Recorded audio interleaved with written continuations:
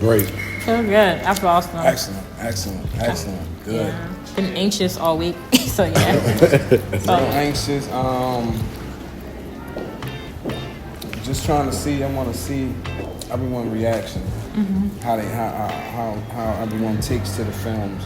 I just love to see people take to everything we create. Yeah. It's been a long journey to get here. Yeah.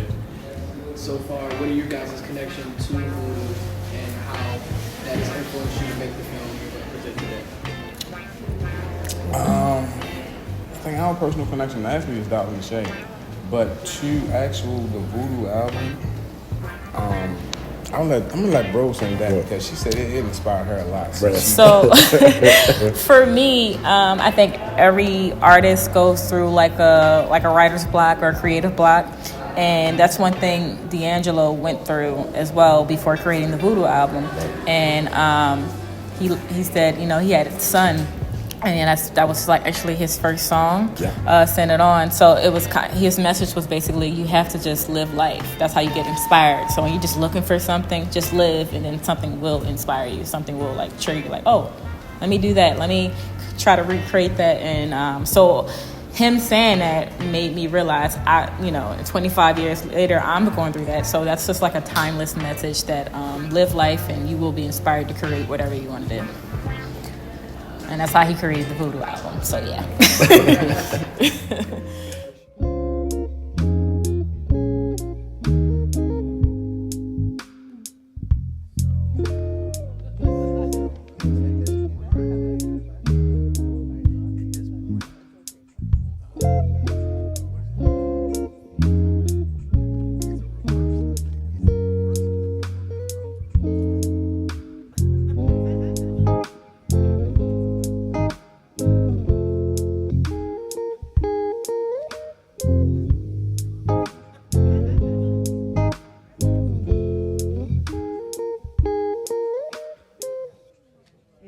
New to the Voodoo album experience, what you should know is that we started Friday night, the weekend off on Friday night, with a delicious dinner party. That meant the food was amazing, the visuals were amazing, the people were amazing, the conversation was amazing. What true musicianship does is it brings you back time and time and time again.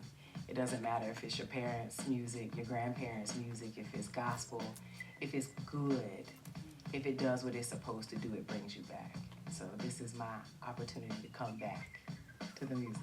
Music is another language. You know what I mean? You don't have to just talk with your mouth. There's a lot of different types of communication. Music is. We say yes because that's our time.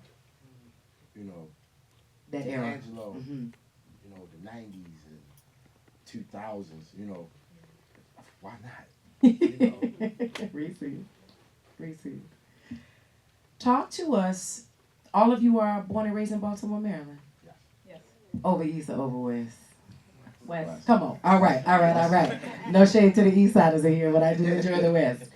Can you all share a little bit with us what you do at Majestic Behavior, right? Like, how do you take the moving image and give it a platform? Why is the moving image something that we should be a part of? There's two questions in there. I shouldn't have done that, so pick whatever you want to in there, facts. But you all work with moving image. What is that about, and why do we need it? I can speak on that.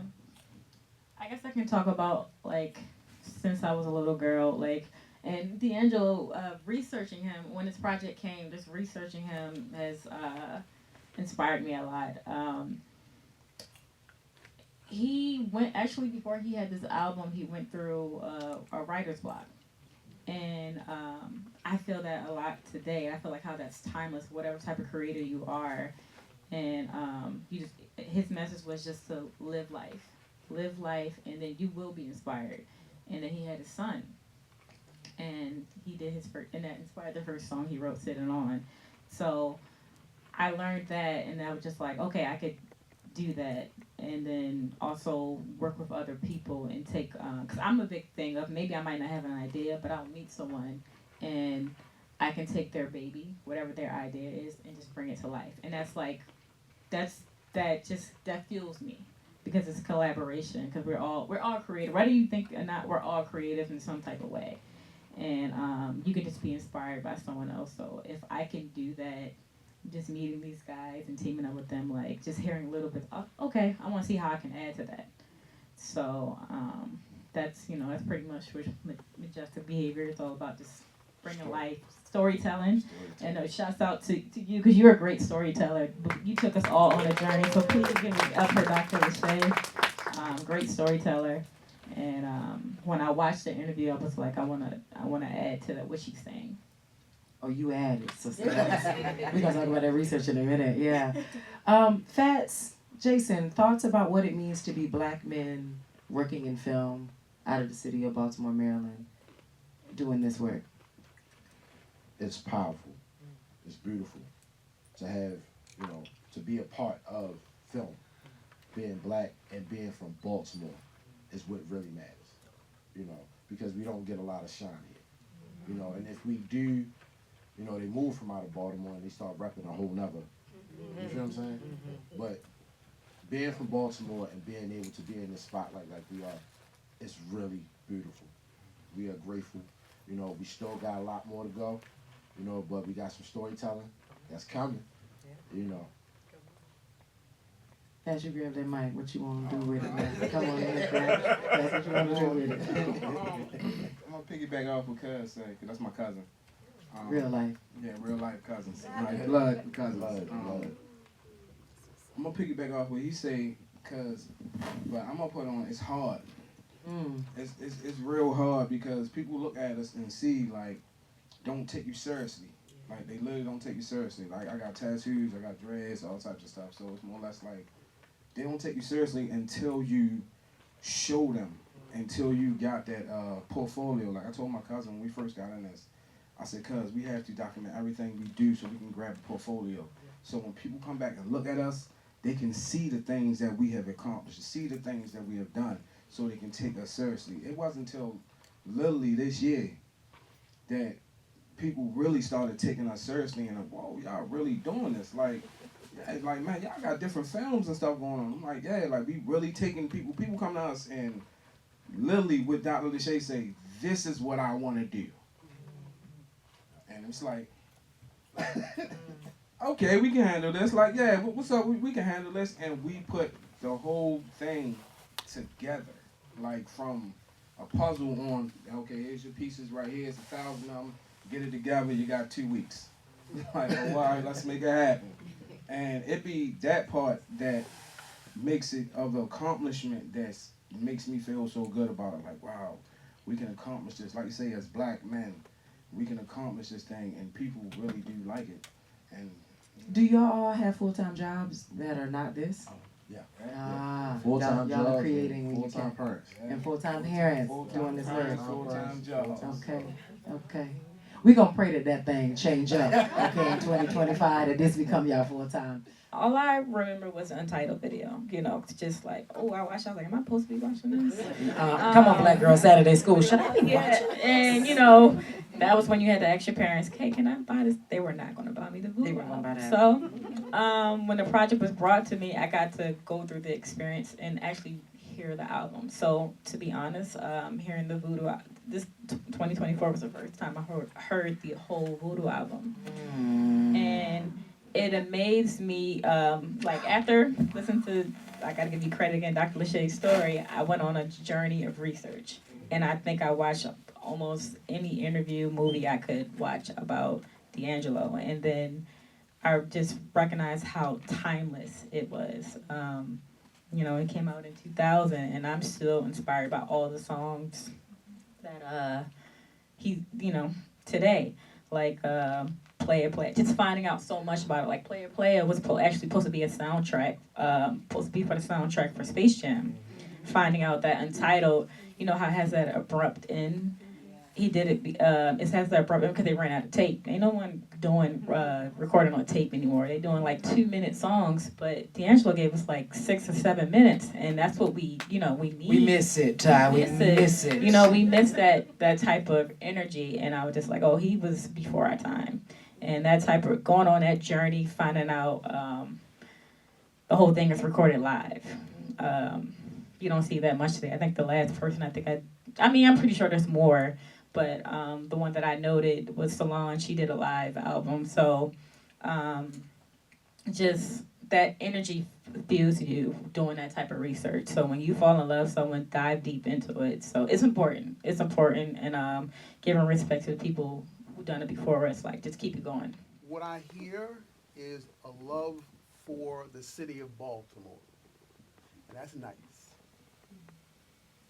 But what does love from the city of Baltimore look like for you in your mission and in your vision? So, the difference between our love for the city and what the city gives back is two different things. Come on now. So, for us, they will give us the love as the journey continues. They know, but they don't know. It's going to take them time, but in that process, they will see. And we will get the love at some point. But right now, for us, it's to put the message out, to make the change. The same way y'all feel when y'all saw the film, we want everybody else to feel the same way. And that right there is the love we need from everyone. Majestic Behavior, what you got coming up next? Right now, we got a new album that should be dropping in a few weeks. We have a new film that we are getting ready to work on, new horror film, written by Ty. Come on, Ty. Come on, Black Horror. Come on. We are also working on a men's documentary, a part 2 from the women's documentary. I'm Sorry, Son. It's a documentary based on mothers' upbringing and how their upbringing affect them and their sons. And powerful documentary. So we have to do a part 2. We're gonna bring the dads up. So, yeah. Okay. Where can other folks pull out their phones and follow y'all right now? You can follow us at Majestic Behavior 9 on Instagram to check out all our videos, movies, comedy shows, anything that you want to see that we do is on Majestic Behavior Media on YouTube. Okay. I was also reminded I'm supposed to have said this all weekend and I didn't. You can follow us at Black Girl Saturday School. Okay, somewhere up in there, Dr. Lachey Harvey is floating around, come in that mix too. So one more round of applause for Majestic Behavior and the work that they do here.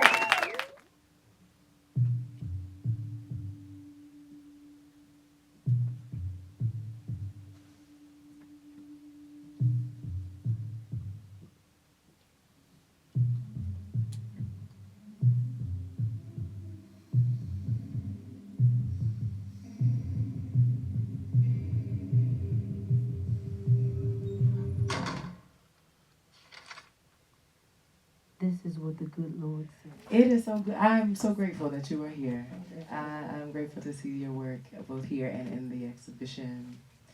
I have so many questions that I want to start with. So let's go here. When we think about the experience of spirit, right? It's all through your piece. It's everywhere. It's hard to capture spirit. What do you think is the guiding star, the North Star for you? What is the thing that keeps you true to the craft? Is it spirit? Is it color? Is it music? Is it what is the North Star of the way that you do your work? That's a great question, and I think to start off, and I ended it with that of thanking my grandmother, which is my father's mother. And I'm her namesake. Her name is Lurley. My name's Lorena, so it has that same kind of prefix. But she would be one, and also my mother's father, my grandfather Titi. So I would start with them, but I think also in keeping spirit and keeping that very attached to the work is like not. I would say to consider, yes, you all consider the post, but to not consider that when I'm doing it. And I want to also note that, like, this is my first film, this first debut film. So I wasn't going to say it. I wasn't going to say it. Oh, I wasn't, no, I want to share that because I think it's important. Like, a lot of people, you know. I mean, that's your story to tell. Yes. Yeah. Okay. Yes, wanted to share that because I think that it's speaking to your question about spirit and like how that was driving me. Because I'm like, when I did the exhibition call, I just said moving image piece. I have an idea. I don't know what it was yet. It kind of came through all of my research about D'Angelo, but then and I think the biggest point, which you probably see here, is like you said, the good book.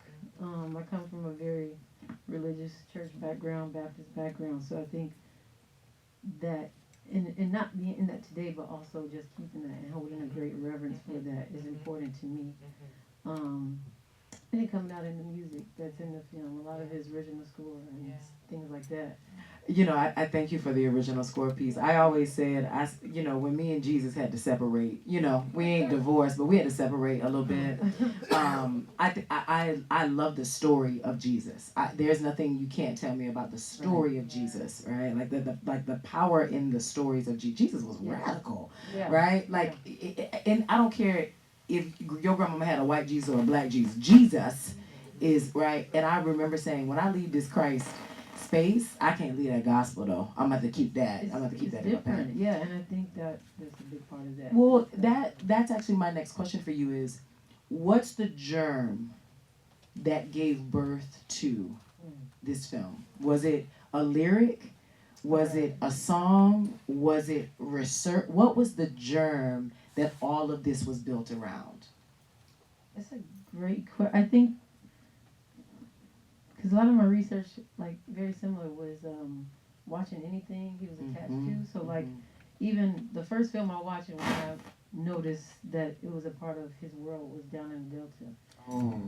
And as soon as I watched it, I was like, this is very much my story. Chicago, Mississippi to Chicago. Come on, straight up. So like, I think that was an inch of a germ. I think the main germ though was Rawhead and Bloody Bone is from folktale, and I wanted to be a part of that thing to tell black stories, especially black folktale stories. I think they're very magical, very spiritual. And the one that is inspired by Rawhead and Bloody Bone is called Little A John. And at the end, it's the song that I made in there that's called, it says, don't talk, go to sleep, Rawhead and Bloody Bone, he just a moan, that thing, all of that. It's right at the end, and it's what enslaved black folks will say to their children as like a cautionary tale thing. So that whole Little A John is like, you do this, something bad happens to your family, you do, and I thought that was a similar narrative to what D'Angelo kind of experienced for like that 14 years or that 12 years in time. Like, a lot of things happened for him, and it came as warning of like, this is what fame may do to you. So I think putting that in there, especially at the crossroads, like that's where he was. You can choose to stick with spirit or go with fame and all the glory that comes in that, but in the end it's not full glory, So I think that was the main germ, I would say. I was very grateful for the crossroads, the visual of the crossroads, right?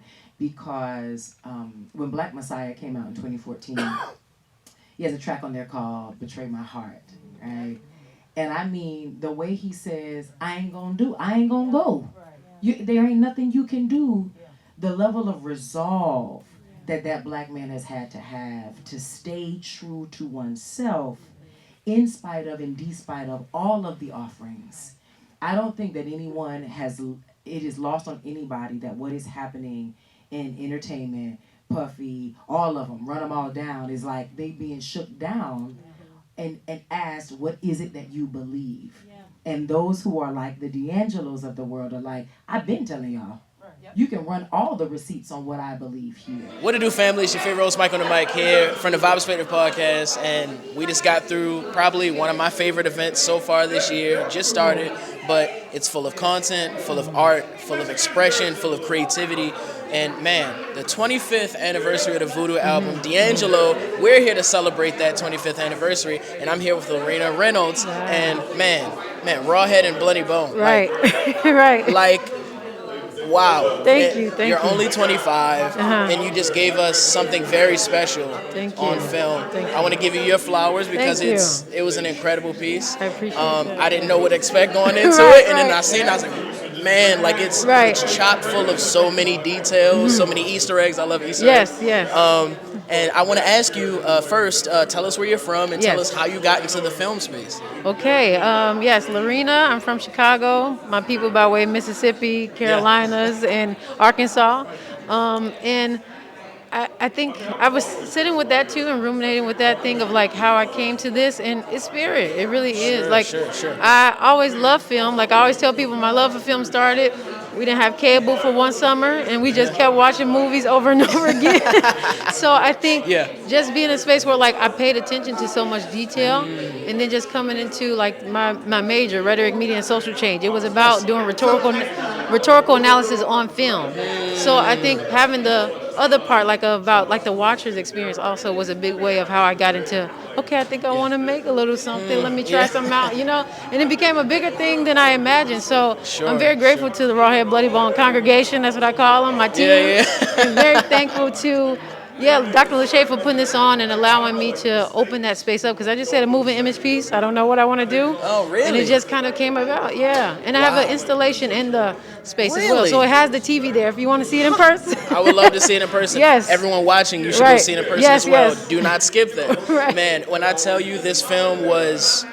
It really spoke to me because of all the religious, items and totems you see throughout the film. It's sort of this heartbeat of religion and spirituality and spirit.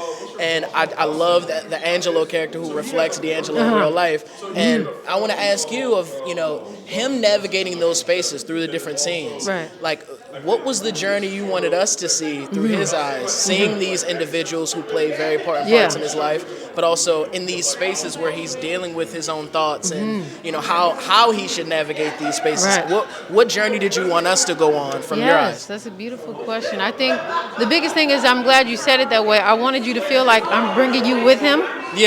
So some shots, you have it where like you're his eyes or vice versa, So I think that's one thing in terms of the cinematography. Shout out to Mike, my DP. But I think, Mike David T. But I think a big thing about taking on his journey was just showing, because he talks about it a lot, like he just has so many choices and how overwhelming that can be. But to go into yourself, but also to go into what you know and what you remember. So that's why the scene ends at church and he's baptized, right? So to go back to what you know, because it's you, right? And I think our stories align in a way. Like, I'm not Christian anymore, but I was, and I hold a lot of reverence for that space because it gave me so much of myself. And I think keeping you on his journey of like, keep what you know, but also, you got choices. This is your life. You know what I'm saying? You have choices. People are offering things to you, but know what you want to receive, know what you want to take. Absolutely. So, yes. Absolutely. I'm so glad you said that because in the film you definitely get all of those messages, all of those things. And I think one of the biggest things I said to myself after I finished was, with great power comes great responsibility. And that's what he speaks to all the time. He said, he said, D'Angelo has to stay on stage. I'm Michael when I'm leaving. We share the same name, by the way. But no, and I 100% agree. I think he battled with that struggle of having two personalities, two people. And if he would have taken D'Angelo off the stage, it would have been destructive. he has to be real in that moment as Yeah. Michael, as who he is, Right. and with that responsibility that comes with having this platform. Right. And man, I just can't wait to see what else you have in Thank store you. because I appreciate this that. was Thank insane. you. It was insane. I don't tell people their work is great or insane or high level often because thank you. I'm a critic. I'm a Thank you. Yeah, high yeah. level, great, insane, all of those. And I'm Man. grateful that you all had the first eyes to it. I've been telling people because I listed it to YouTube just privately for myself to see what it looked like to watch it on like a TV or and so I'm like seeing you all or seeing them with you all in the first space, and you're now there with me.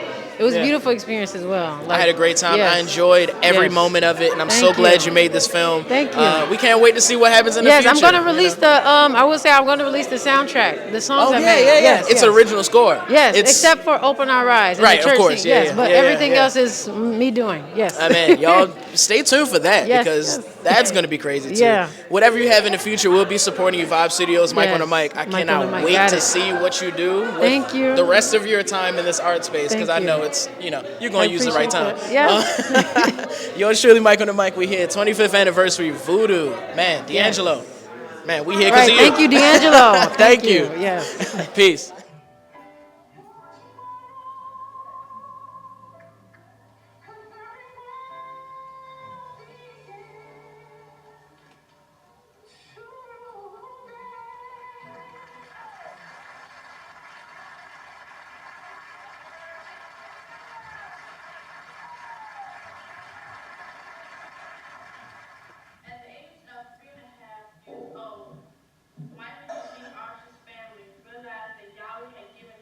With this brother's question, you frame this entire piece, altar call, around the Black Southern boy experience. Let's go there. Let's just, I don't know what you want to do with it. I mean, I do know, I've seen what you've done with it, but what does it mean to be a Black Southern boy and make it to adulthood? Is that good? That's it. That's right on time.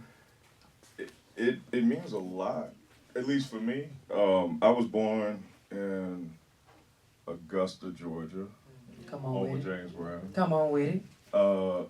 My dad's side of the family's from there. My mama is from New Orleans as well as Atlanta, and then a little bit of Detroit.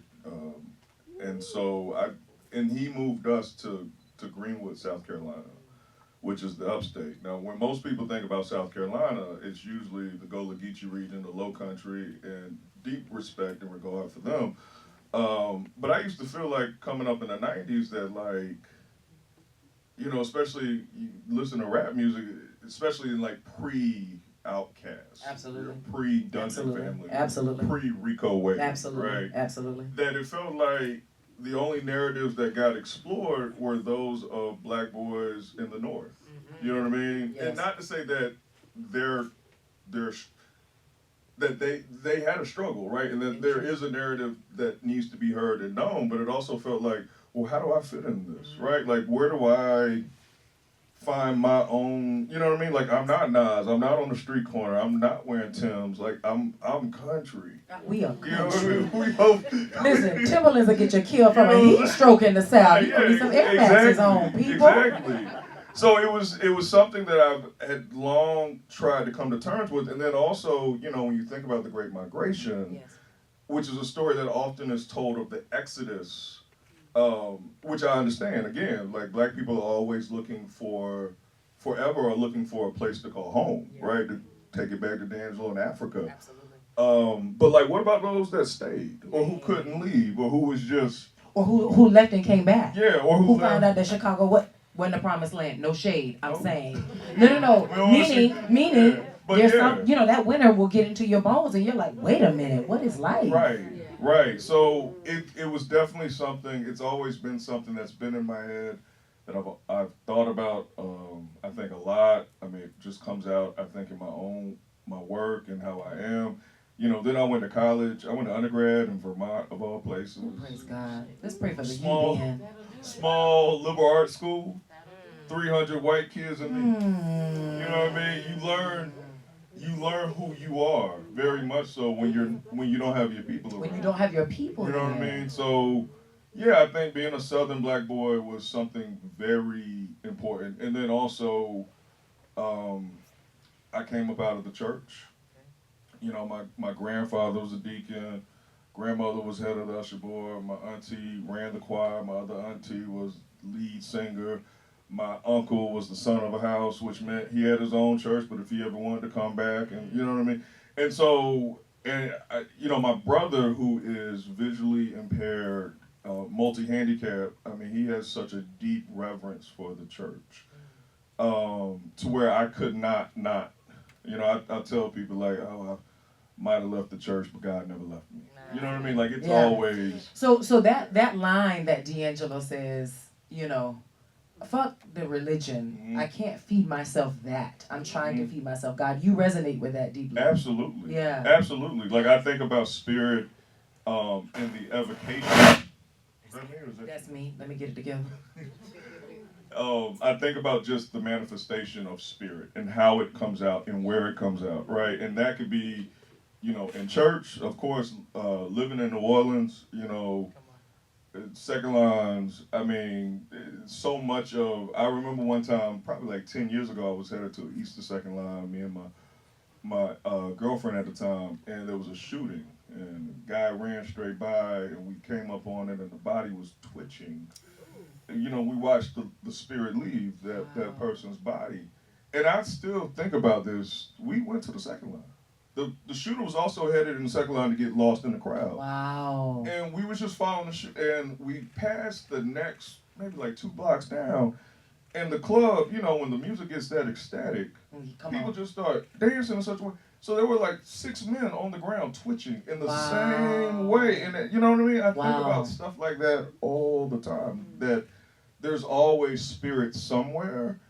I'm a high school teacher as well. Been a high school teacher for 15 years now. And I mean, I think in a lot of ways the work that I do is spiritual work. My father's family, you know, of course they're in the church, but they can be kind of sadistic. Yeah. A lot of them moved to Atlanta. There's a hierarchy. A lot of them moved to Atlanta. No shade to Atlanta. But none. When Augusta folks go to Atlanta, they come up. Yeah. They come up. But I sometimes feel like the work that I do in those spaces is where spirit manifests the most, is because it's the place where people need it the most. Exactly. Not the place in the church. Exactly. You know what I mean? Oh, 1,000. It's like one of them tiny mics. Yeah. Sorry. All right. My bad, bro. You good? You got that? I want that. I need that. All right, marker. What it do, family? It's your favorite host, Mike on the mic, here from the Vibe Perspective Podcast, here at the 25th anniversary of Voodoo the Album by D'Angelo, and I'm sitting here with Carlos himself. Man, listen, this project, Altar Call, I want you to explain, you know, for those who weren't here, this experiences in full-fledged, like, what was your experiences and how were you able to connect this to the album of Voodoo through your own creative eye? So my film Altar Call looks at very specific parts, I think, of D'Angelo. It's an attempt to try to wrestle with both the biography of D'Angelo, the first song that I heard from Voodoo, which was Devil's Pie, because it was on the Belly soundtrack, and is really, I think, grappling with what D'Angelo has often grappled with in his music, which is both the sacred and the secular. And so what I went about doing was assembling various images that I thought spoke to both him as an artist, but also spoke to his life, but also spoke to black people in terms of just like being a part of the greater black continuum of survival. Yeah. So yeah. Absolutely. I mean, that was one of the things that peeked out to me immediately, especially the scene from the piano lesson where like the men were singing about being railroad men. Yeah. And I think there's so many things there, just even in how song carries tradition and how it calls back to our experiences of oppression. Absolutely. You know? And I think that's it. There's so many conversations within the Voodoo album of him calling back to the spirit of tradition of talking about our traumas, talking about our struggles. And I'm so glad you were able to, capture that, because I think you captured it pretty beautifully. Thank you so much. Of course. Thank you. Yeah, I mean, there are so many elements in your film. I mean, even the sort of the comedic timing where you have. I tried. And I can't tell a joke, but Eddie Murphy can, right? You know what I mean? And that's important. I mean, I think that's a strength of yours, of being able to capture a certain emotional response. You can go from a really hard-hitting subject to a Kevin Hart sort of telling a joke, and I think it's a very interesting way of manipulating emotion to say, okay, well, I'm going to wrap you into this, and it actually becomes more sad, more touching, more gripping when you get from that laughter, and now it's like you're grappling with realness. It's like we often laugh at our pain. Absolutely. But that's exactly in the tradition of that oppression through our stories.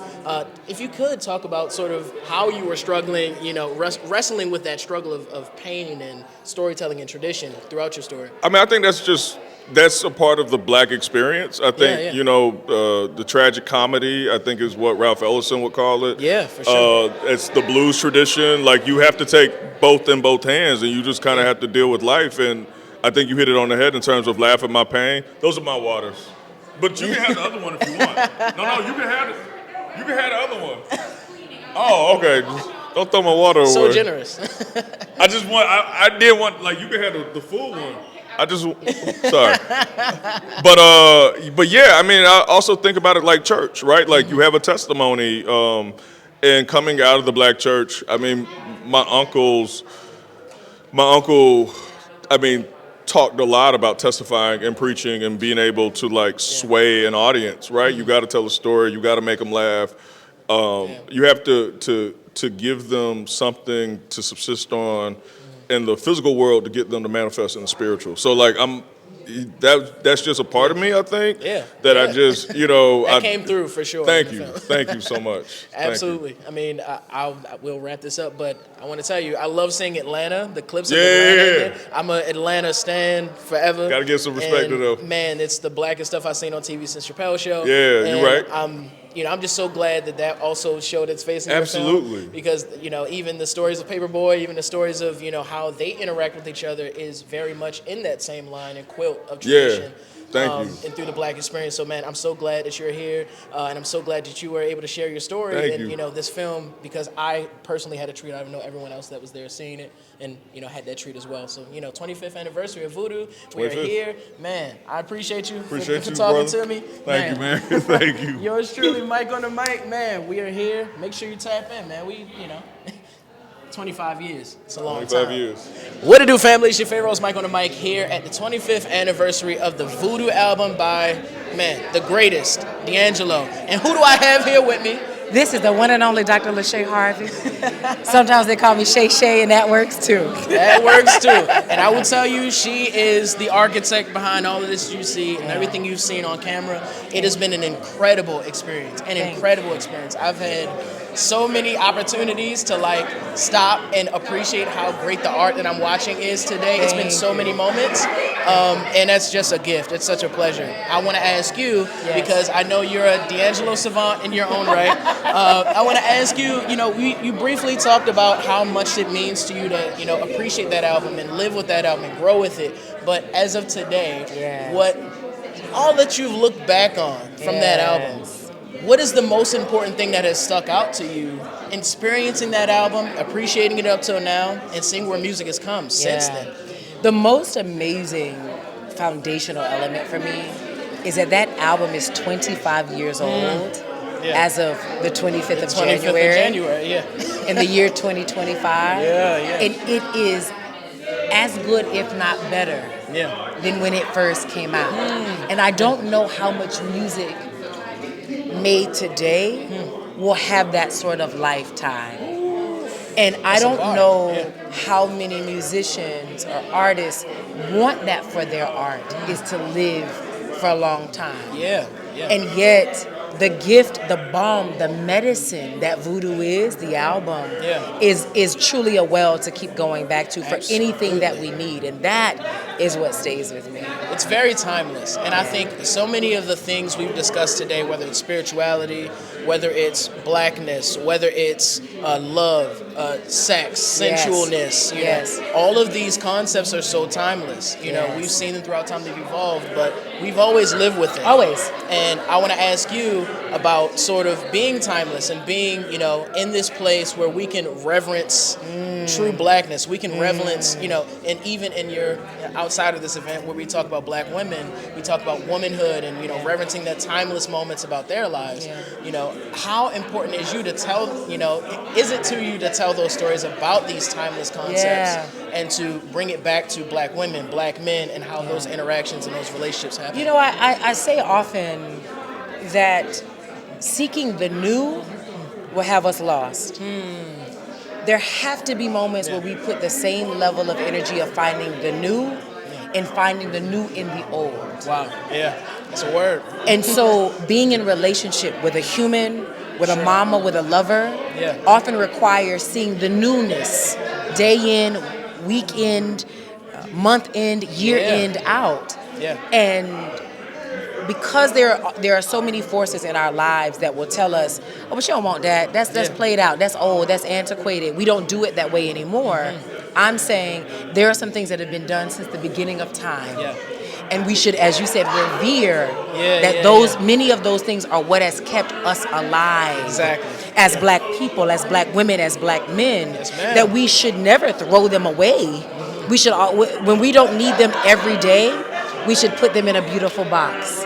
And we should place that box somewhere up on high so that we can go back to it and say, today, I need that thing. I may not need it every day, but today I need it and I need to be able to know where to find it. I don't need to go searching for it. I need to know where it is. And that requires an effort. That requires a commitment. And it was important to say, this weekend, this reverence, this honoring of such a sacred work that this brother has given us is to say we are putting it in that box on high. We're elevating it. We're elevating it. It's such importance to have tradition. You know? And in speaking of tradition, speaking of, you know, the things that you're doing, you know, I know this won't be your last event. I know this is far from over in terms of the things you have to show the world and the public, because I'm, you know, new to this space, but I feel like I'm home. I feel like I've been here for 20 occasions, events already. So I would love to know, you know, for the audience as well as myself, what are some new things you're going to be working on in the future, and where can other people join this space? Wonderful. Join our reverence as we've been doing all day. Wonderful. So the album is 25 all year. So we're going to be in relationship all year, right? Again, the reverence of relationship means time. Absolutely. So it's not a one and done. Absolutely, right? So there's going to be work. We are already in conversation about taking the Voodoo album experience to Philadelphia, New Orleans, and South Africa. So those places will be activated in this way.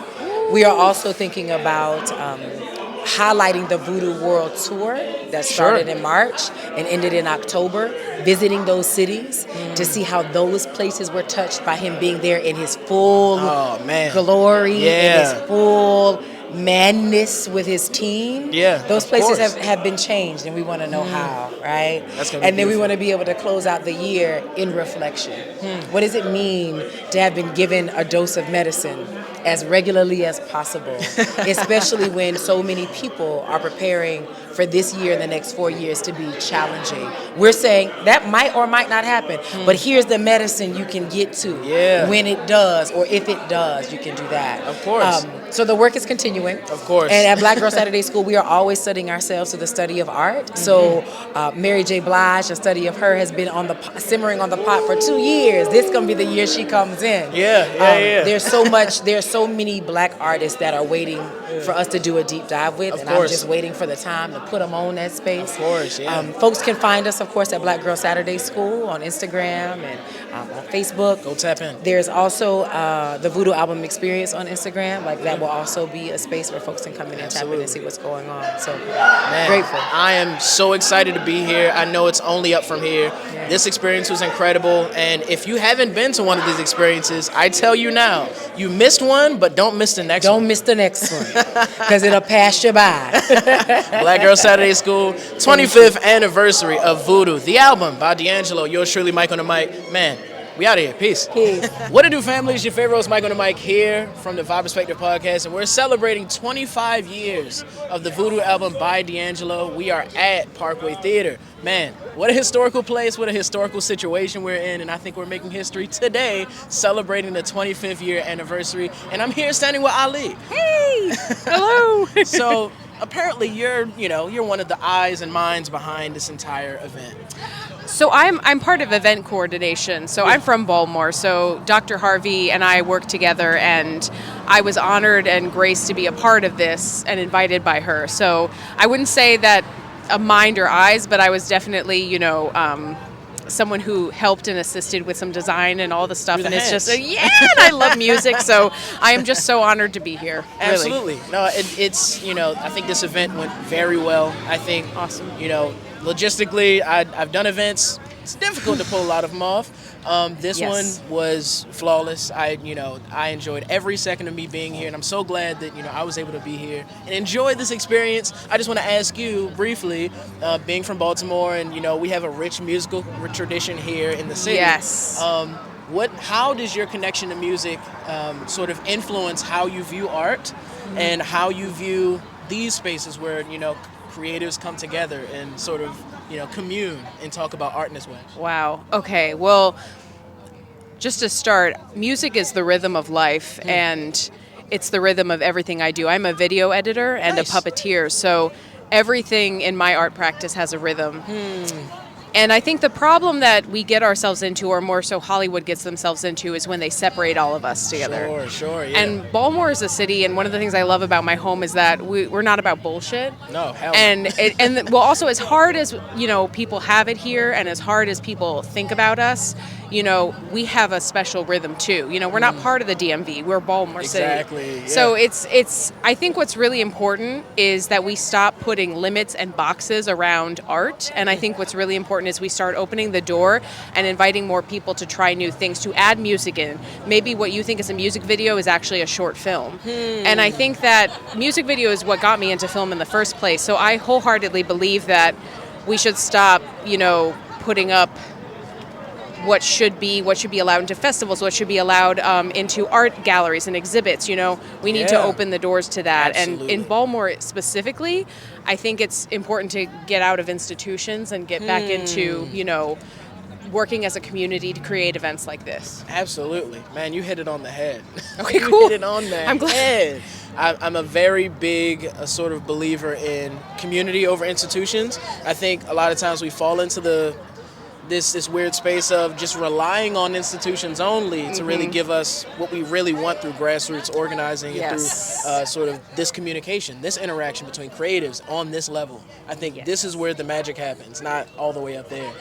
So I'm right with you. I'm in full agreement. I could have said it better myself. Man, we're celebrating 25 years of D'Angelo in the Voodoo album at the historic Parkway Theater. And man, Ali, I appreciate you for talking to me. Thank you. And also go follow Majestic Behavior. We're making a lot of films together, and I'm just so grateful for them. They're really bringing film to Baltimore. So absolutely, don't sleep on them ever. Big shout out Majestic Behavior, man. You'll see them soon. Videos coming soon, man. All right, yours truly, Mike on the mic. We out of here. Peace.